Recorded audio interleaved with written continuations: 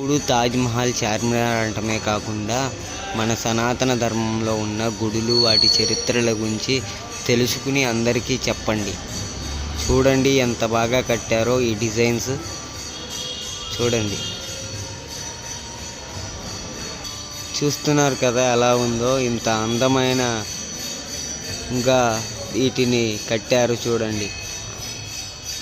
ఎప్పుడు వాళ్ళ గొప్పలు చెప్పటమే కాకుండా మన సంస్కృతి సంప్రదాయాలను మనం ప్రేరేపించేటట్లు మనం ఉండాలి.